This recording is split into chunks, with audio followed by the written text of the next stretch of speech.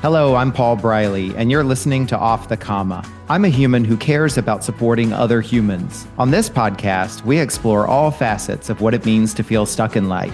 We talk with people just like us who found themselves sitting on a comma and not knowing where to go next. We'll unpack the experience with them, where they've been stuck, what it feels like, what they experienced, and what they learned. My goal is to inspire you by seeing yourself in others. I believe that when we feel more connected and seen, magic can happen. And remember, if you find yourself sitting on a comma in your life, you can also talk to me without a microphone. To explore coaching with me and getting off the comma in your own life, check out my information and book a call with me at offthecomma.com. And I'm also doing something different. I'm curating my own sponsor community, local businesses and professionals who I handpick and who align with our vision here. Be sure to check them out, learn more about them on my website and my YouTube channel. In the meantime, let's get into this week's conversation.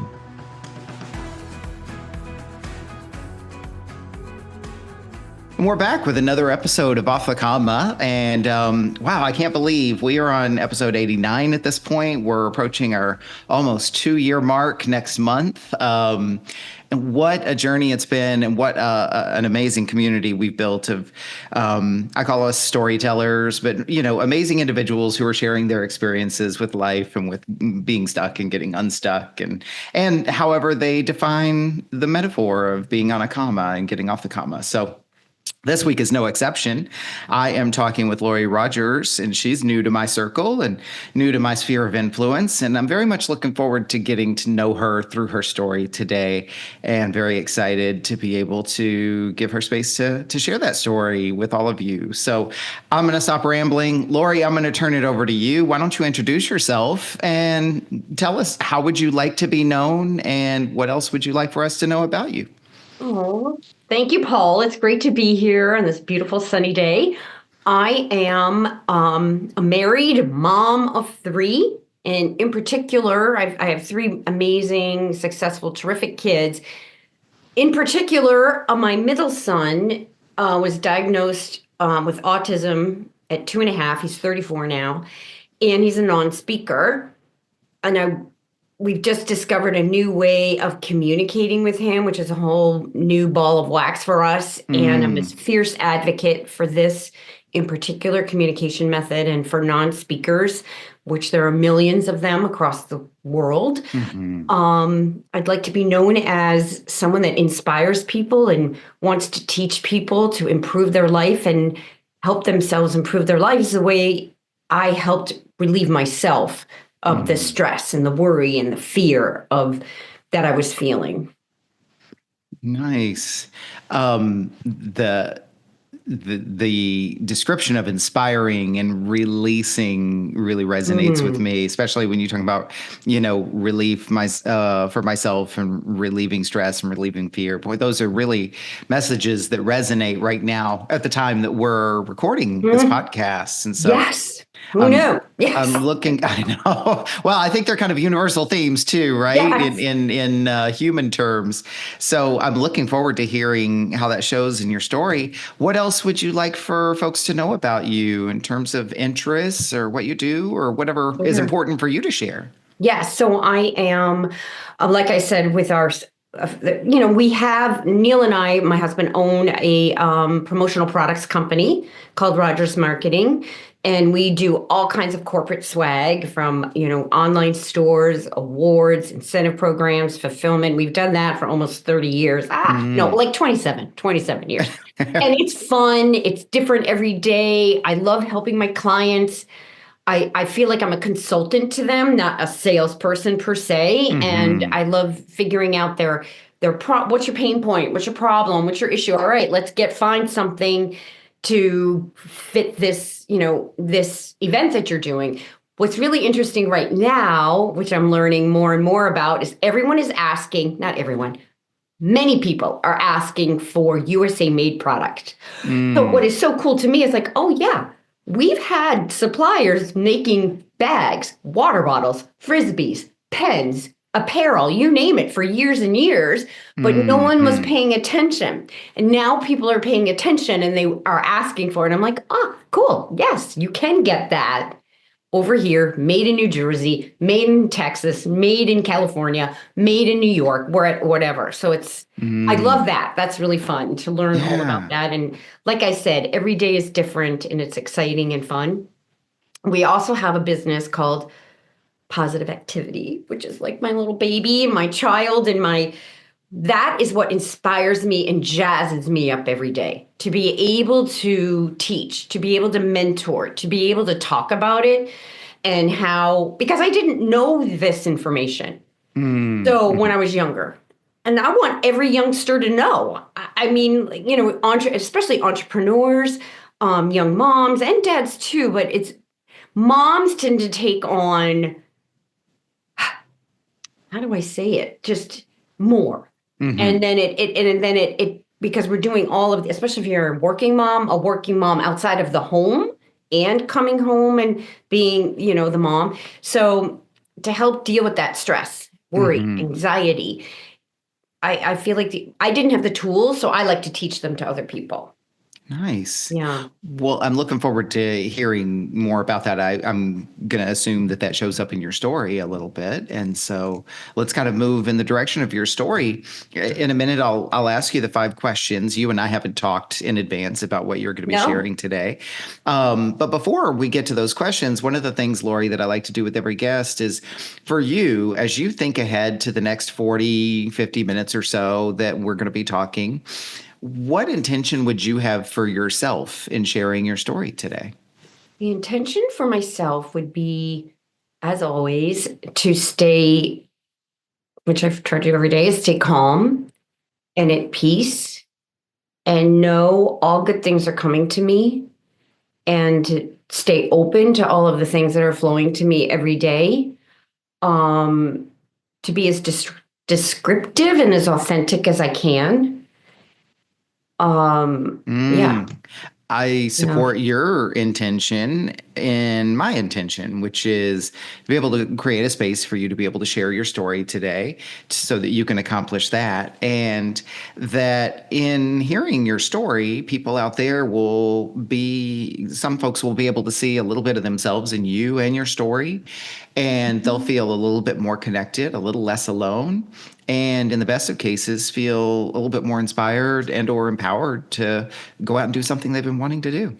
Let's jump into your story then, Lori. So the first question is the broadest question, and that is, where in your life have you found yourself sitting on a comma? Wow. So I would say it was 2011, many times, but the peak of it, I would say, the pointiest comma, if that's even a thing, it would be in 2011 when many different things were happening at that time. And for your younger viewers, they may not remember, but we were in a recession and our business was, I don't know, cut by 2/3. Many of our clients didn't exist anymore. Many of our customers were out of jobs. It was a tumultuous time. So everybody's, when you think about what we're going through right now, and here we are, April of 2025, okay, it's happened before. And we always come out of it. That's a whole nother thing. But anyway, it's happened before, and that was a very tumultuous time as well. And my son, who is the non-speaking young man diagnosed with autism, was transitioning from high school into the adult world. So that was like, oh, what's going to happen? Where's he going to go? And remember back then, that was 12 years ago, there weren't many opportunities in the adult world for the disabled young people that he wanted to do, something robust and amazing that we wanted for him. My daughter was home dealing with post-concussion syndrome because she'd been hurt playing lacrosse, at her university. So for her to be this type A, amazing, athletic, brilliant young woman, to be home in a dark room, no TV, no phone, no anything. It was like another one of those heart-wrenching, heart-holding, clenching events. So all of those things, maybe one of them wouldn't have been so bad, but so many of these things were happening at one time. And I didn't have the tools to calm myself, know that I could get through this, have resilience, stay in peace, stay in calm. I didn't. So I was a wreck. Mm-hmm. And I kind of always grew up a worrywart anyway. So there were those tendencies, and a perfectionist. So there was tendencies there. So my daughter couldn't drive because of her injury. And she asked me to take Mm-hmm. her to a wellness fair. I took her to the wellness fair. We're talking now, this is in 2011, 2012. And we went to different booths and presentations and things like that, and learned about what you say, what you think, what your beliefs are, what you're creating in your life, what how you perceive the world is what you're creating. And I was like, wait, time out. What are you talking? I had no idea that this even existed, that what I said every day. And believe me, I was saying not very nice things. You know, how are we Mm-hmm. ever going to pay our bills? Our business is never going to recover. My customers are never going to buy from me. I mean, like, stuff bad. Like, so that's in my subconscious mind. Mm-hmm. I hate even saying it now because I'm like, no, erase that subconscious mind. I didn't even want to implant. I don't even want to implant that anymore. But that's what I was saying. That's what I was thinking. That's what I was feeling. So that gets implanted in your subconscious mind. And then your subconscious mind is like this faithful friend that wants to match your outside world to what you're thinking inside. I didn't know that. Like, so once I started learning Mm. and went to presentations and read some books, many books, and I still do to this day, I'm reading and reading all the time. I thought, oh, wow. I remember sitting on a beach one day with the beautiful sky and all this sand and beautiful ocean. And I thought, okay, there's so much abundance in this world. There's so much out there for everyone, including me. I don't want to feel like this anymore. I don't want to live like this anymore. I don't want to be mad. I don't want to be upset every day. I don't want to be anxious every day. So, yeah, I'm going to put into practice some of these things that I've been learning and give it a shot. What do I have to lose? I don't think I could feel any Mm. worse. Hopefully, I'll feel better. All of these things are free. It's just my time. It's my time to change the way I was feeling and to change my life experience. So that's when it started. And then as I learned and read and went to presentations, went to workshops, I was like, oh my God, this stuff has been scientifically proven. So I said, I looked at Mm. Neil, I said, how can I not teach this? Not only does it work and improved my life and how I was feeling every day and improved my resilience, but they're free. And we need, and scientifically based. Look at all this research study that's been done on these activities. I'm like, well, I need to go to start teaching this. This is ridiculous. And back in like 2015, 16, 17, I started just going to work. I started going to entrepreneur clubs or sales meetings and just did it for free, just to speak on it, just to get practice about talking about it and Mm-hmm. talking about it and talking about it. And that presentation has evolved, you know, as I've learned more. And I would get so, I just am so jazzed leaving those presentations and leaving those meetings now and hopefully inspiring people to, oh, I could do that. I can get up and do these things every Yeah. morning. So, yeah.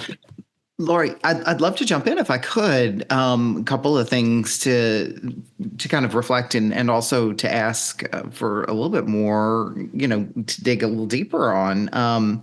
First of all, just, you know, acknowledging, you know, with you, that sounds like it was a really big year. Like you said, it wasn't just one thing, it was multiple things. There was this compounding of stressors and Yeah. circumstances and situations. And that's what I'm curious about, because a lot of times on these episodes, we'll hear stories, and it's human in us to say, oh, yeah, I can kind of relate, and nod our Mhm. heads, and we assume we know what that means. But I like to say, but wait a minute, let's hear what specifically that was like for you. And you shared with us kind of what had happened and where you went. But what I'm curious about is, what was it like for you in the deepest or thickest or hardest part of that? What was going on for you And the reason I ask for you to go backwards for us is because it sounds like whatever that nugget was what caught your attention and then sort of propelled you Yes. forward. So what was that? I'm kind of doing this Yes. thing. People can't see us, but I'm doing this thing with my hands where I'm kind of like forming a I like ball. that imagery, actually, because when I talk of I hate to go back and think about it, honestly, because it's such, but I know it helps other people. I thought I was the only one going through this. I thought, oh, I'm an entrepreneur. We're self-employed. I'm self-employed. I'm the only one that could possibly feel this way. Everybody else is fine. They're getting a paycheck or whatever. And that's so not the case. So at the time, I felt alone. I felt this crushing pain in my heart, in my chest, in my stomach every day. Like, not pain, pressure, like pressure, like a grip holding it. I felt no one else knows, well, besides Neil, of course, but no one else knows what I'm going through. No one else has a son with non-speaking that's transitioning, and it's hard, and he's going to need help every day, and da da da. No one else knows. So I was in this sort of victim, anxiety-ridden, fearful, worried mode every day. And I had a beautiful home, a lovely family, a great supportive husband. But I didn't see all of that. I didn't think about all of that every day. I was just looking at what's worrying me, what's bad, what's not working, and listening to the news every day. Right? I had a little TV in my kitchen. I'd wake up in the morning, start lunches for the kids. There was my little friend beaming the news at me. I don't even watch the news anymore. But all of that negativity was coming in, coming in, coming in. So it was like Linus, like this black cloud around me all day long. No, I mean, on the maybe my friends and my family didn't see it because I could fake it pretty well and get through the day. And of course, I didn't want to burden my friends and everyone else with whatever. So yeah, it was just that, that stifling. And I finally just, I don't want to live like this. I don't want to feel this way anymore. So if these things can Yeah. help me not feel this way anymore, I'm going to try.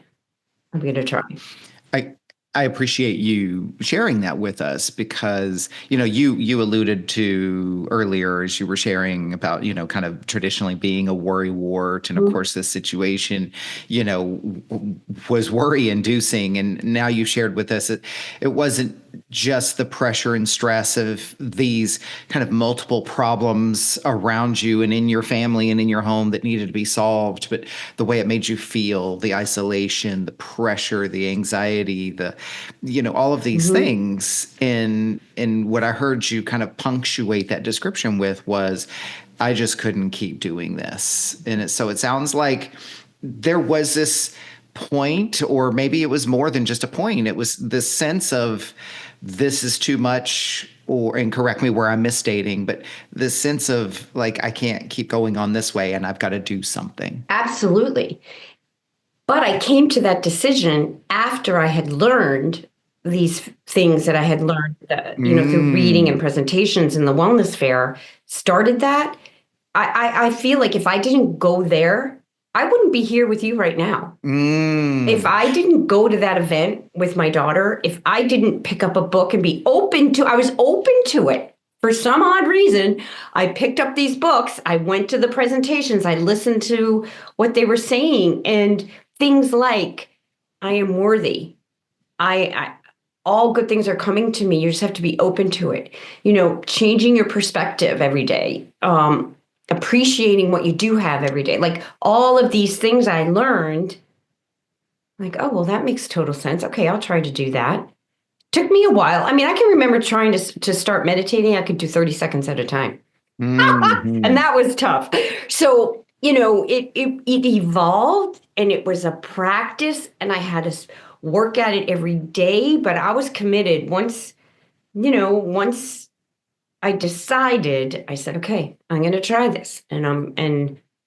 So, but I wonder what would have happened if My daughter didn't get hit on the head, and she wasn't home for a year. She Mm, didn't ask me to go to this.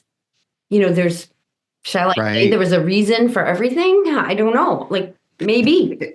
Yeah, well, and it's so interesting you say that because then we can kind of, you and I could have a whole other conversation on, well, isn't that the same kind of equivalency as worrying about the future is now worrying about what if this hadn't happened for me, right? But Mhm, what I mhm, think is important to me, obviously, as a listener myself to your story, I'm self-referencing, and I'll just share. By the way, I don't know that I ever shared this, but almost I do share this, but in almost every single episode, whatever story the guest is sharing with me, like you are today, there is always something that resonates with me. And it's interesting because episodes, for me personally, always seem to come to me when I need that. And these words that you're sharing right now, I'm literally writing some of these things down because I'm dealing with some of that in my own world right now. mhm, That said, I think what really resonates for me is you shared, I didn't necessarily have some plan. I didn't, while I was in the middle of all of this pressure and all of these things that were happening to me, I didn't have some plan to find the solution. The solution found me. I happened to go to this event with my daughter. I happened to say, I think I'm open to that. And while I was there, I was paying attention. I started noticing, I started listening. And then, so there's this element of like openness, receptivity, mhm, and just kind of awareness, right? mhm. Really paying attention to our surroundings. Is that sort of what I'm hearing you describe in going to this event? Yes, absolutely. I didn't know I was open and ready, but once I got there, like, oh, this is interesting. This is cool. And after I read my first book, that the True You was the name of the book, and it talked about how we are worthy, how we are, God loves us no matter what, that we're worthy of these things. I was like, wait, worthy? I was never told I was Mm, worthy. Wait, self-compassion and self-love? What? I was never taught that. And I love my parents. My parents were great, but that wasn't part of our upbringing. And I don't think it was part of theirs either. So they didn't know either. mhm. Um, so it's like, oh, wow. Yeah. So it's cool. So many things I'd love to say, right? Like I appreciate how you acknowledge the generations and how maybe they didn't have that. And, I think there's a lot of folks who could potentially argue and say, well, that seemed to work for us for many generations, but it's like it doesn't work today, right? It's just not No. working today. The world is different. The world is harder. The world is more demanding. There's way more pressure and way more stress. So like beating yourself up through or pushing yourself or yelling yourself through solving problems kind of doesn't work today, does it? We were just laughing. Friends of ours, my mom and myself were laughing about that the other night. Like, and I tell my children this. I did the best I could with the skills I had. But if I was a Hmm. new parent today, I don't think I would have thrown the PlayStation down the basement stairs when I got so Mm. today. And I don't think I would have screamed and yelled so much. Um, so yes, I would have done things differently. Yeah. But now we laugh about it. But I'm not proud of many things that I did as a young parent, no, for sure. Hmm. Boy, I was about to jump in and share an experience. I'm not Okay. going to. You know what? Let's continue with your story because I Okay. want to hear more about this, and I so appreciate you and I will probably chat more when we're done recording too. Remind me to talk a little bit about some learnings that I had in compassion and empathy for my own mother. Right? Yeah. I think I've referenced it on another episode, but I'm going to go into the second question, and I feel like you've already kind of started answering this question, but let's see what else you would add or where you want to take it. And just know you can go back and forth. If there's still more details of Okay. the story you want to share, then by all means do so. The second question is, as you look back at this comma that you've been describing for us, this comma that you were sitting on, what did it create for you? Yeah. Wow. Well, as I started doing the practices and as I started sitting in, and I can take you through all the 7 or 8 things that I do now in the morning. As I started doing it, I felt that pressure and clenching around my heart started to soften. My sales improved. the ideas started flowing better into my brain. Like things would come to me and I would write it down like, oh, I got to look at that. I got to try to do that. Like I was open and more receptive to new ideas coming to me. I can't say I thought of all of them, but some days they just appeared. And from the universe, from whatever, maybe from my dad in heaven, I'm not sure, but I'll take them, right? I had more resilience. So, which is so key to me because Craig has anxiety and he has worries and he has days when he's in a tough shape. Those days used to send me to the ditch. And now with building my resilience, I'll go down a few notches and I'll feel a little bit. But then I know, okay, Lori, breathe through this. This is going to pass. He's having a tough time. Thank God now you can communicate with him. You can go in front of him with the letterboard and he can explain why he's having a bad day. So this too will get better. So you have the skills, you've got the tools to breathe through this day and it's going to be all right. Or for gosh, if an order goes wrong, like a ship date gets missed, an enhanced date gets missed. I don't freak out and go to the ditch anymore. I think, okay, all right, I breathe for a few minutes. I think about it. I'm like, okay, there's always something we can do. I don't care if I have to drive 2 hours to go pick up the shirts myself and hand deliver them. Like I have the resilience now to get back on track. I am open and receptive to newer ideas. Our abundance started to grow. And I just felt better. I mean, I just feel better every day. And I should say, yes, of course, there's days I wake up and I'm like, and this happened to me yesterday. I was sad. I was bummed and sad about a situation in my life. And like, all right, I'm going to feel this way for a while. I'm going to feel this way maybe for a few hours, maybe even the whole day. I don't know, but it's okay.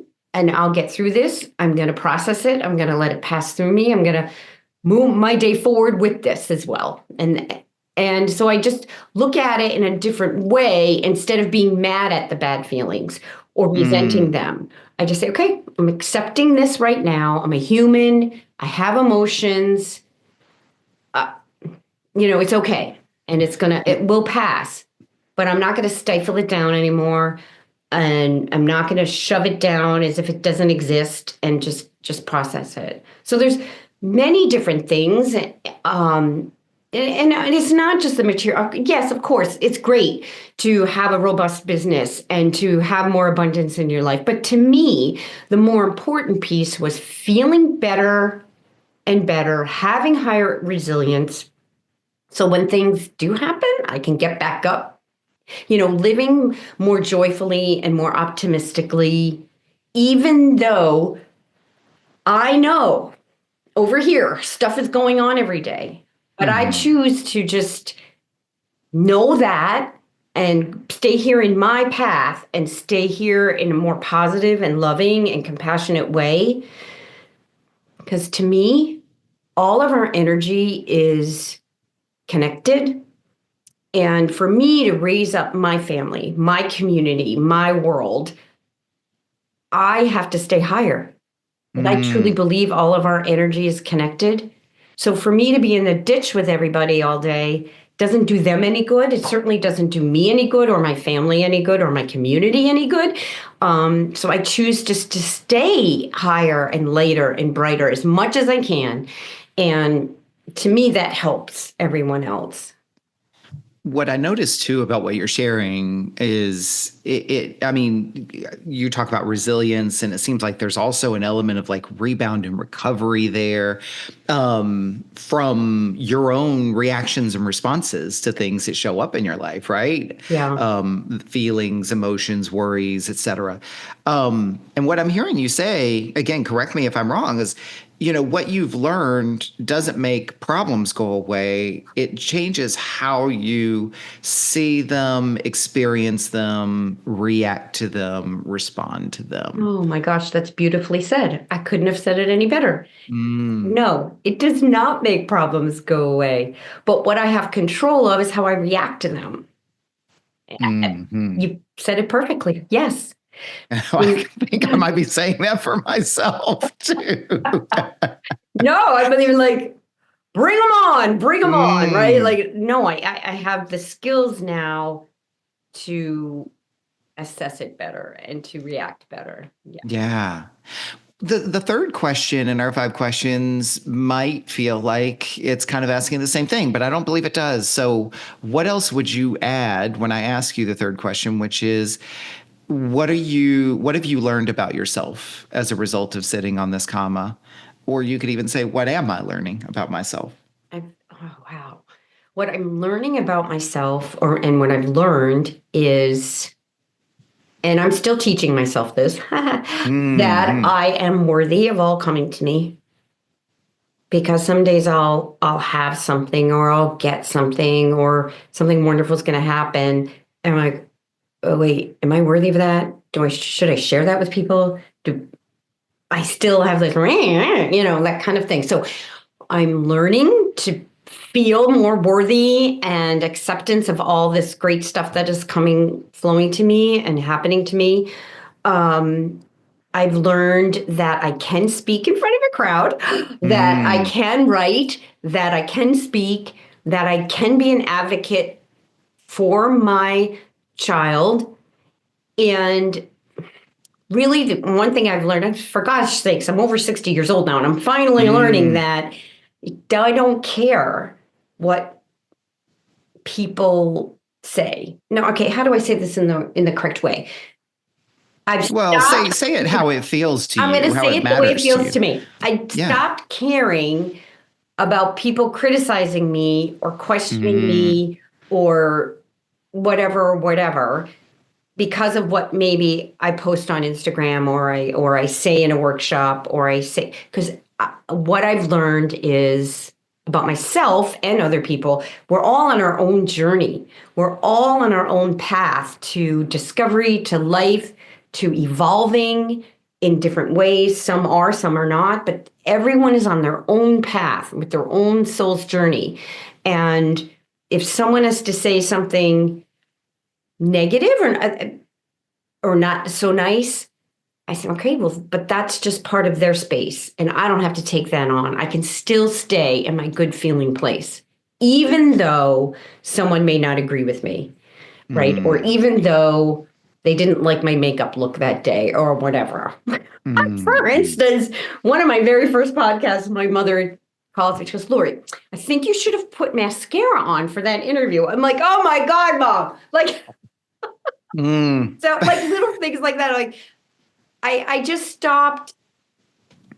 I stopped the inner critic of myself.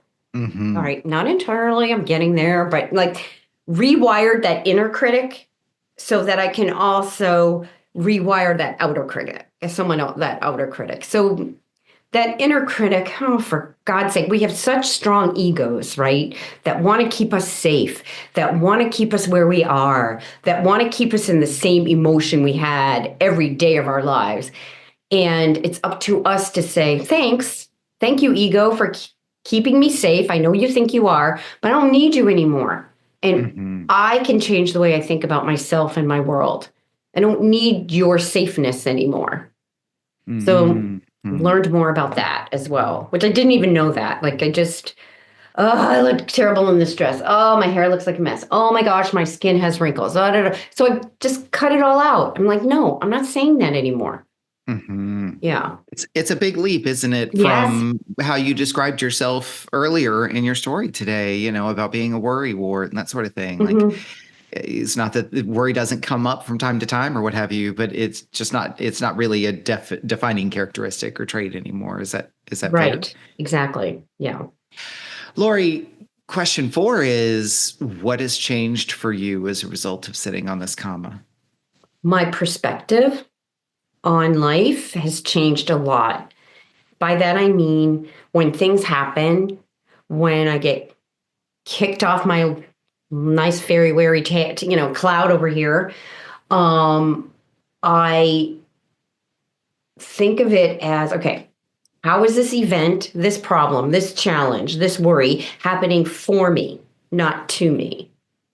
And if this is happening for me, what am I meant to learn from this mistake, from this whatever, from this challenge, from this worry?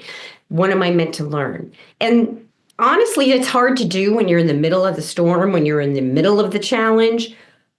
So, but I do just remember, this is something in a couple of days, in a couple of weeks, maybe in months, this is going to become a learning experience for you, and you're going to figure out what that was later on.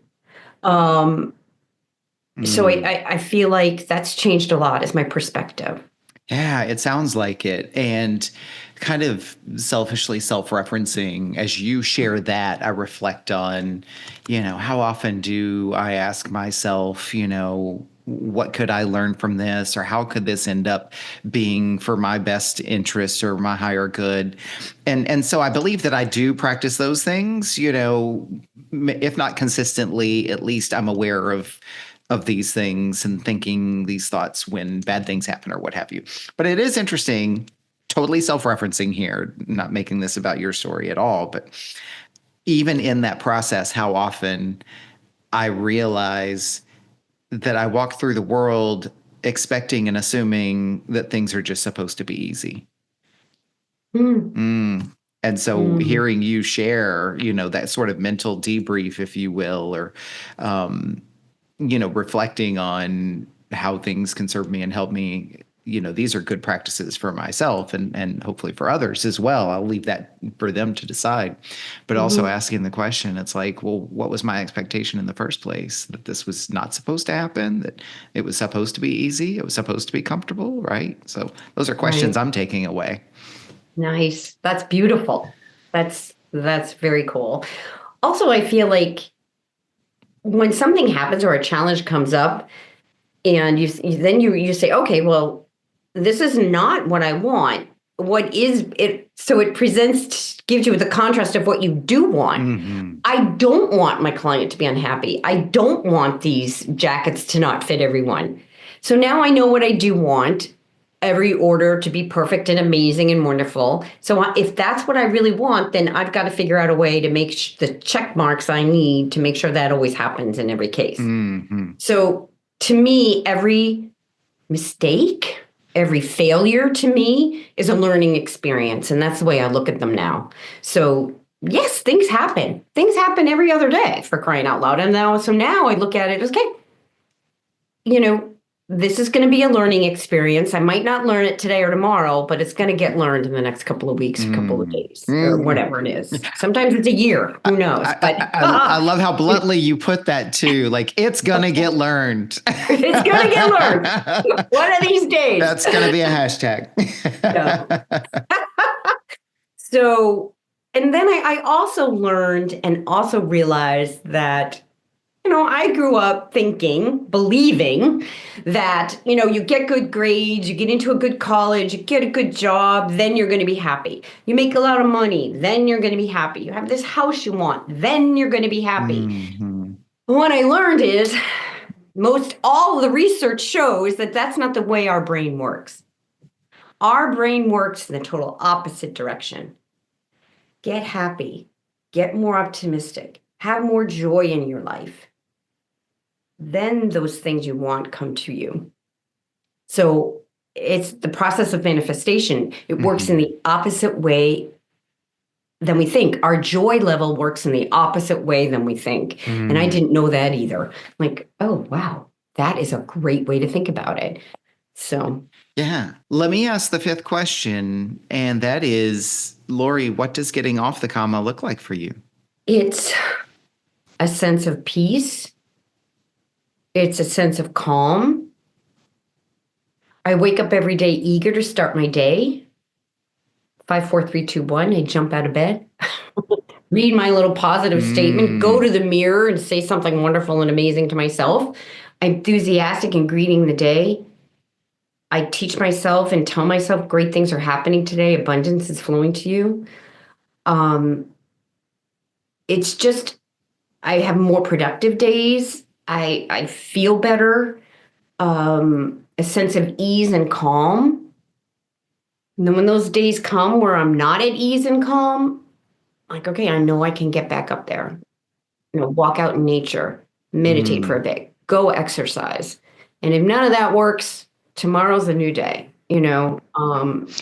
What's interesting is, I mean, well, it's not surprising actually. I hear you doing exactly what you said you learned to do, which is you're practicing it every day. You're not waiting for it to Mhm. happen. You're choosing it. You're seeking it. You're speaking it. You're stating it, and then letting it happen. Mhm. Powerful. I have one other question. It's not in the 5 questions, and I think this is going to be helpful to people who are listening.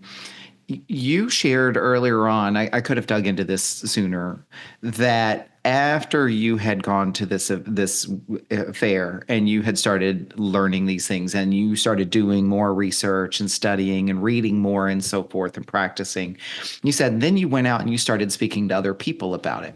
Mhm. So I'm curious, again, I'm doing the ball thing with my hands, like that moment in time, what is it that kind of prompted you to speak? And you said speaking wasn't something that was comfortable for you. What allowed you or empowered you to actually go and get in front of people and start speaking? Like what was happening there and why?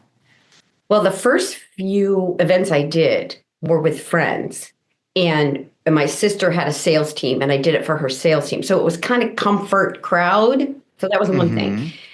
And I was so excited about this. I Mm-hmm. wanted to teach it. I wanted these amazing female, they were happened to be female entrepreneurs to know. Mm-hmm. And I was just so jazzed up about it. I was so excited. I'm like, wait a minute, you guys, you don't have to live in this stress and worry and the fear. Maybe they weren't, but if you are, you don't have to be. And all of these things will improve your business, improve your abundance, improve your sales. I mean, research has shown that when you live a more joyful, optimistic life, have a more optimistic brain, you sell on average 37% more. I wanted these women Mm. to know that. You don't have to listen to me. Read these books. Go listen to this podcast. Watch this YouTube Mm-hmm. video. Like, I didn't make this up. I'm just learning it, and I was wanted them to know too. It was just this feeling that I am so excited. I want everyone to know about this. Mm-hmm. Yes. This high degree of Yes. enthusiasm, excitement, and seems like also kind of just this happiness of having found it, discovered it, and wanting to be able to share that. Exactly. Exactly. And Nice. I just started talking. So the way I'm talking to you is the way I just talk to them. So I didn't have like speech lessons, or maybe I should, I don't know, but or a coach or any. I just spoke from the heart, and I just spoke about my experience, and I spoke authentically. I think that's what everyone cares about, is your authentic story.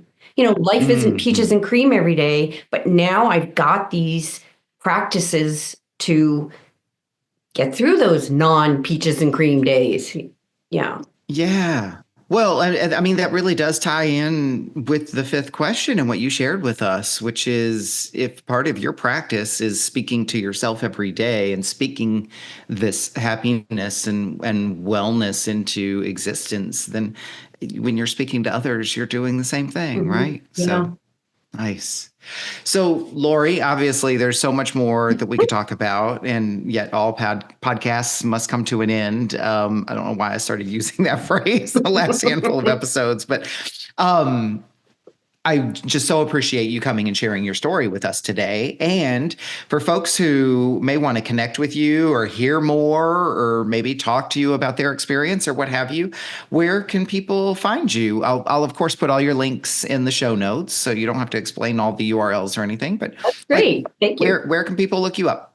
Sure. So the easiest place is positiveactivity.net. And all the links to my Instagram, Facebook, and LinkedIn are on there. Our emails are on there. You can email me at any time. I love working and mentoring one-on-one. I love going into companies too and doing workshops there. A lot of wellness, like wellness fairs will bring us in. That's not the right word, but wellness events will have us come in and talk. And Neil speaks about marketing and business development. That's his piece of the pie. And I talk about the mindset shifting. Yeah. So it's really fun. Nice. One more thing, Lori, the last thing we do in every episode is this section I call acknowledgments. And that's because obviously the podcast is all about giving people voices, lifting up people's stories, normalizing talking about our experiences, and really just kind of boosting each other as individuals, right? Mm-hmm. And I feel like your story wouldn't be complete if I didn't give you an opportunity to lift up and boost others. And so this section is called acknowledgments. So it's an opportunity for you to give a voice to others in your community or circle. That could be causes or organizations. It could be other creators, people in your family, circle of influence, whoever it might be. Who would you like to acknowledge today? And I'll be sure to put their info and links in the show notes. Wow. Oh my gosh, there's so many people. If I had to pick one, certainly it would be, she's not alive anymore, but her name is Louise Hay. And she wrote a book, You Can Heal Your Life, which is still available. That was one of the first books I read that helped me to shift my perspective and shift my thoughts and my words and my beliefs. And she was amazing. She's amazing. If I had, and maybe we do another podcast on this someday, is the Spelling to Communicate, which has opened up the world to thousands of non-speaking individuals. It would be Elizabeth Vossler, and she created Spelling to Communicate. So if you have a non-speaking autistic person in your life, go to the letter I, -asc as in cat.org. and learn about Spelling to Communicate. That is changing our lives every day in profound ways. I don't even know what it's gonna look like in 5 years from now. I'm not trying to predict it. I'm just letting it happen. And whatever way it comes through, it's changing the lives of thousands of non-speaking individuals. And given that this is Autism Awareness Month, I'd like to call it Autism Action Month. Take some action and suggest someone go to that website. And there's a terrific movie on YouTube called Spellers, the movie. It's a documentary about this process. And it's a game changer. It's a game changer for us. So I'd be remiss if I didn't mention that in the direction that is taking our lives for sure. And I would also like to mention Kim Serafini, who has a cool program that you load up onto your computer. And for 3 minutes, you watch it and these beautiful pictures of people smiling, you smiling, your family or whatever, and that gets embedded in your subconscious mind. It's beautiful. Sean Acor has an amazing 12-minute and 53-second TED Talk. You can find it on YouTube. It's a couple of years old. He talks about the science behind all of the activities that I do that help to raise your happiness level, help to lower your anxiety, bring more abundance, sales, productivity into your life, increase your immunity from disease, and all of these amazing things that it does that they've researched. It's like, I think that's astounding. And so it's Sean, SHAWNACHOR. And we'll have all of this information in the show notes as well. So if the audio went fast and you didn't get a chance to write it down, just click on the show notes and all of the links are going to be available there, as well as, again, Lori's information. So you can always contact her and say, hey, remind me again of that book or what have you. So Lori, thank you so much. All the stories always resonate, and I know they always land with the people who need to find them. And today, some of what you shared, well, much of what you shared, but some things in particular really landed with me based on some things that are going on for me right now. So it's a gift. So thank you. Thank you. We all lift each other up. It's great. I love it. That is exactly what this is all about, right? Like you're not telling anybody how to live. You're describing your story. This is what happened for me. This is what worked, and let people take from it what they can and what they can Absolutely. use. Yes. Have a wonderful rest of your weekend. I'm sure you and I will chat more. And I'm so grateful for you sharing your story with us today. Yeah. You're welcome, Paul. Thanks for having me. Take care.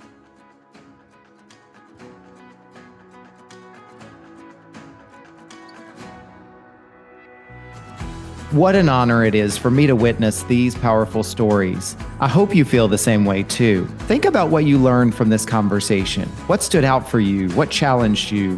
What inspired you? And I encourage you to write it down in some form of journaling and reflection. Surprises can reveal themselves to you when you do this. And if you were moved by today's conversation, pass it along to someone you care about. Let's spread the word. Let's continue to build connection. And if you do discover something you'd like to unpack further, book a call with me and let's talk about it. My links are in the show notes. Be sure to like this episode, follow the podcast here on this platform and social media at Off the Comma. And feel free to comment and interact with these posts and episodes. Check out my website for workshops, events, and my sponsor community. I'm covering the costs of production by curating my own sponsors who align with our vision. Be sure to check them out. They're all powerful people and businesses. Thank you for listening to this episode of Off the Comma. As always, keep noticing and keep listening.